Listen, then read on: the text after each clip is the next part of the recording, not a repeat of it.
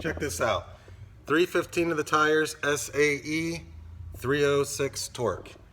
All right, so this Mustang came in completely stock except for a high flow mid pipe. We installed a JLT colder intake, our Detroit rocker cams.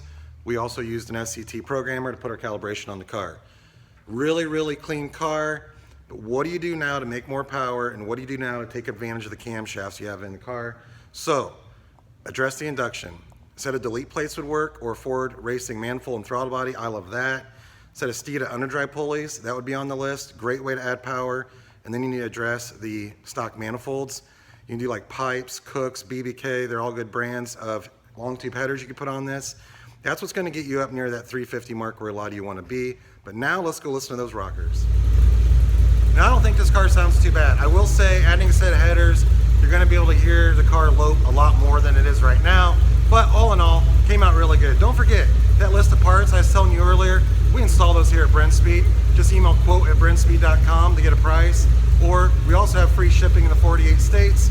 Hop on brenspeed.com or call 574-594-9559. We can ship them right out to you. And there you go. Another 3-valve Mustang with some Detroit rocker cams. Love it.